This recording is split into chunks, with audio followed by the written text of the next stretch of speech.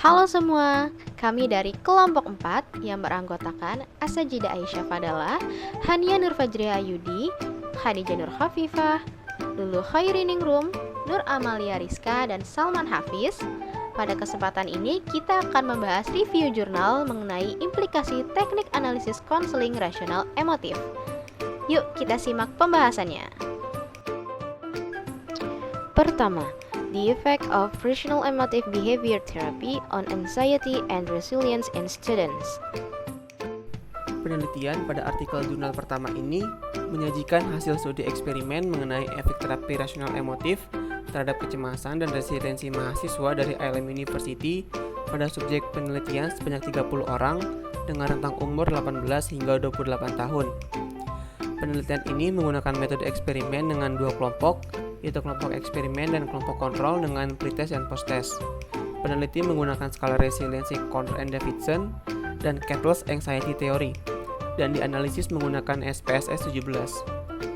Partisipan pertama-tama dibagi ke dalam dua kelompok, yaitu kelompok eksperimen yang diberikan intervensi dan kelompok kontrol yang tidak diberikan intervensi. Terdapat 9 sesi intervensi berupa konseling, di mana pada sesi pertama, sesi ketiga, dan sesi keenam, partisipan diminta untuk mengisi kuesioner atau skala resiliensi dan kecemasan sebagai pretest, dan pada sesi terakhir sebagai posttest. Setelah dilakukan intervensi terakhir, skor anxiety pada kelompok eksperimen menunjukkan penurunan yang signifikan, yaitu sebelum intervensi skor sebesar 26,75 dan setelah dilakukan intervensi menurun menjadi 18. Sementara pada skor resiliensi, kelompok eksperimen terhadap peningkatan yang signifikan, yaitu sebelum intervensi sebesar 52,77 dan setelah intervensi skor menjadi 60,50, sehingga dapat dikatakan terapi rasional emotif ini efektif untuk mengurangi kecemasan dan meningkatkan resiliensi mahasiswa. Kedua, mengatasi learned helplessness pada siswa tinggal kelas melalui konseling rasional emotif teknik homework assignment. Penelitian ini membahas mengenai keefektifan konseling rasional emotif dengan teknik homework assignment untuk mengatasi learned helplessness pada siswa yang tinggal kelas. Ditulis oleh Rizky Aulia pada tahun 2012, penelitian ini menggunakan pendekatan kualitatif yaitu observasi dan wawancara dengan jenis penelitian tindakan. Responden diperoleh dari 2 siswa SMK Bhinneka Patembon Klaten yang tinggal kelas. Permasalahan yang diangkat dari jurnal ini adalah terkait kesulitan belajar. Dari banyaknya bentuk kesulitan belajar yang ada, peneliti memilih bentuk learned helplessness sebagai variabel independen yang akan diteliti. Setelah dilakukan pelaksanaan yang diawali dengan perencanaan, tindakan, pengamatan, lalu refleksi, kemudian didapatkan hasil bahwa siswa mengalami perubahan perilaku pada siklus 1. Meskipun belum secara keseluruhan berubah, namun seiring berjalannya konseling rasional emotif dengan teknik homework assignment, terdapat perubahan perilaku yakni menurunnya learned helplessness atau LH. Sehingga menghasilkan kesimpulan bahwa melalui teknik konseling rasional emotif dengan teknik homework assignment dapat menurunkan atau mengatasi learning helplessness pada siswa tinggal kelas di SMK Bhinneka Patembon Kendal. Ketiga, konseling rasional emotif perilaku untuk meningkatkan penerimaan diri pada remaja hamil di luar pernikahan. Pada jurnal yang ketiga, membahas tentang keefektifan konseling rasional emotif perilaku untuk meningkatkan konsep diri siswa SMA.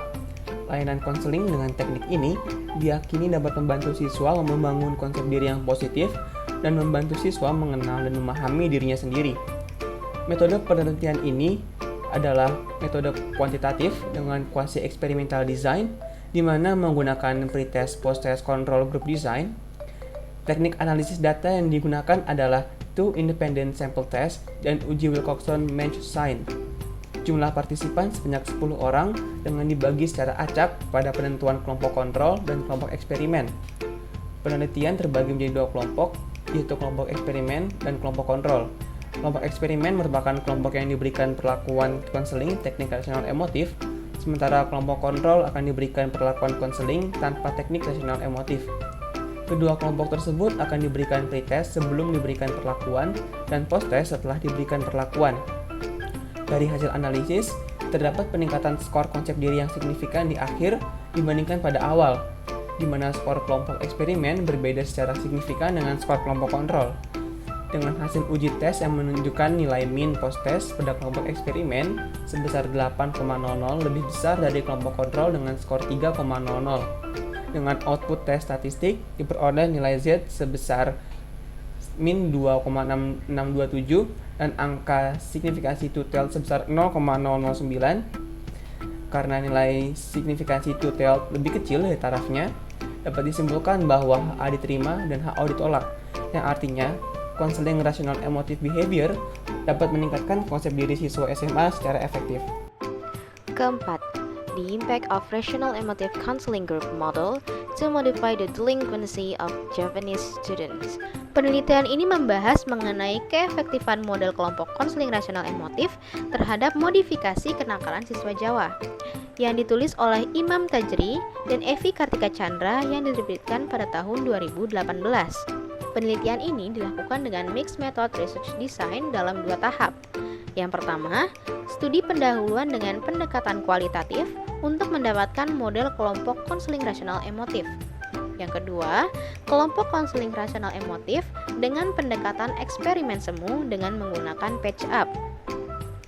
Hasil uji lapangan pada kelompok konseling rasional emotif menunjukkan bahwa kelompok konseling rasional emotif terbukti efektif untuk modifikasi kenakalan siswa SMA Jawa yang dibuktikan dengan penurunan intensitas kecenderungan perilaku anarkis, perilaku depresif, dan perilaku agresif, serta efektif untuk meningkatkan intensitas konsep diri kenakalan remaja.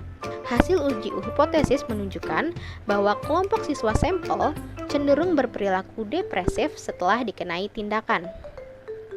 Berdasarkan hasil temuan dan pembahasan, kelompok konseling rasional emotif diyakini sebagai teknik konseling kelompok yang efektif untuk menangani siswa SMA Jawa. Kelima, efektivitas konseling individual melalui pendekatan konseling rasional emotif dalam mengatasi kecemasan. Pada artikel yang kelima ini, artikel memiliki judul Efektivitas Konseling Individual melalui pendekatan konseling rasional emotif dalam mengatasi kecemasan. Ditulis oleh Indah Etika Putri, Zulfani Sesmiarni, dan Alfi Rahmi. Diterbitkan pada tahun 2021. Membahas mengenai efektivitas konseling individual melalui pendekatan konseling rasional emotif dalam mengatasi kecemasan di Lembaga Permasyarakatan Kelas 2B Payakumbuh. Data penelitian ini diambil dari populasi warga binaan yang belum habis masa pidana sebanyak 20 orang dan memiliki sampel penelitian sebanyak 5 orang warga binaan yang belum habis masa pidana yang terindikasi memiliki kecemasan yang tinggi berdasarkan teknik non-random sampling dan rekomendasi dari pegawai. Hasil penelitian menunjukkan berdasarkan hasil perhitungan uji Wilcoxon diperoleh nilai signifikansi p-value sebesar 0,043 yang artinya konseling rasional emotif dengan menggunakan teknik assertive training efektif dalam mengatasi kecemasan sebelum habis masa pidana. Sekian pembahasan dari kelompok kami. Mohon maaf apabila terdapat kesalahan dan terima kasih sudah menonton. Bye!